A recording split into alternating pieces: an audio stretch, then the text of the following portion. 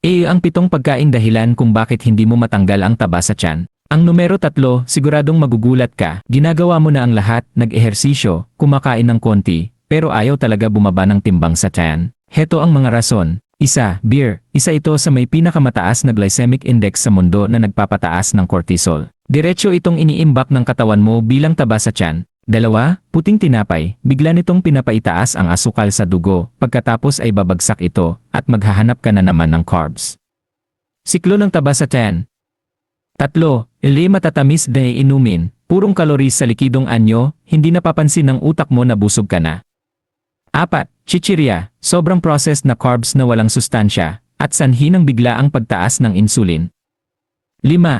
Cream. Ang kombinasyon ng asukal at taba dito ay parang gatong sa pag-ipon ng taba sa tiyan.